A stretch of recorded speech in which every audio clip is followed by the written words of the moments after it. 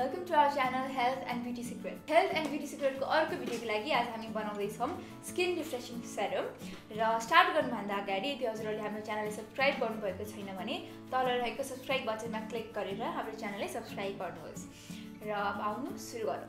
आजको skin refreshing serum बनाउनको लागि हामीले चाहिन्छ aloe vera gel, fresh orange juice, fresh lemon juice, fresh cucumber juice, rose water र स्वीट आमन्ड ऑयल। सो अब स्टार्ट गरौँ। स्किन रिफ्रेशिङ सेरम बनाउनको लागि हामीले चाहिन्छ 3 टेबलस्पुन एलोभेरा जेल,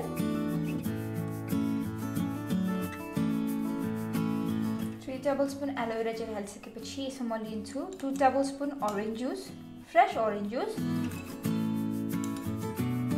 र यसमा म एड गर्छु 2 tablespoon cucumber juice, half teaspoon lemon juice. हजुरहरूले लेमन जुसको सट्टा 3 to 4 drops lemon essential oil पनि लिन सक्नुहुन्छ। मसँग चाहिँ लेमन एसेन्शियल ओइल नभएको कारण मैले चाहिँ लेमन जुस हालेँ। अब यसमा म एड गर्छु 1 टीस्पुन स्वीट आमन्ड ओइल र फाइनली लास्टमा म लिन्छु 1.5 टेबलस्पुन रोज वाटर। अब यसलाई राम्ररी मिक्स गर्ने। अब यसमा सबै लिक्विड सामान भएको भएर चाहिँ मिक्स गर्दा चाहिँ एकदमै केयरफुल हुने, यो नपोखियोस्। Don't let it be messy. The aloe vera gel should be mixed very well. यसले केही बेरसम्म राम्ररी चलाइरहने ताकि यो एलोभेरा जेल राम्ररी मिक्स होस्।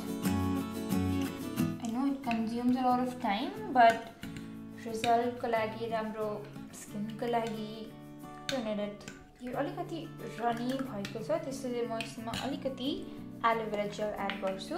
हजुरहरूले पनि अलिकति रनी हुँदाखेरि एलोभेरा जेल एड गरेर मिक्स गर्न सक्नुहुन्छ। यसलाई फेरि राम्ररी मिक्स गर्ने।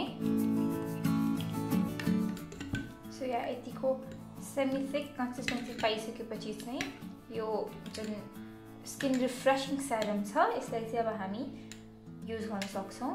अब म यो स्किन रिफ्रेशिङ सेरम मेरो फेसमा लगाउँछु, बट योभन्दा अगाडि म मेरो मेकअप रिमुभ गर्छु।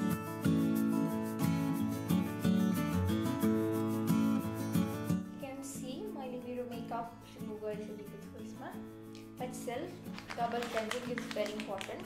त्यही भएर म नर्मल वाइपले फेरि मेरो फेस वाइप गर्छु। जहिले पनि यो फेसियल रेमेडी युज गर्दा मात्रै पनि होइन, अलवेज रिमेम्बर टु रिमुभ यो मेकअप। र मेकअप रिमुभ गर्दाखेरि चाहिँ डबल क्लेन्जिङ युज गर्नुपर्छ। नर्मलीमा मेकअप नहुँदाखेरि चाहिँ you can go with single cleansing as well. See the wipe is very clean, धेरै केही आएको छैन र my face is clean.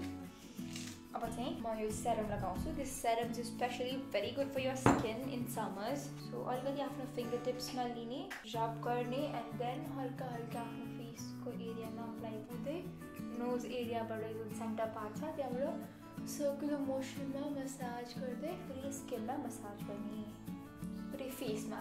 Gently go gentle with the skin, don't be harsh. यसरी नै 3 मिनटसम्म किप मसाजिङ। यो जुन सेरम छ यसलाई चाहिँ you have to use it at night so that बाहिर घर आएपछिको जुन स्किनमा भएको प्रेसर, डर, जर्म छ त्यो सबै सफा होस् एन्ड यो स्किन क्यान रिल्याक्स।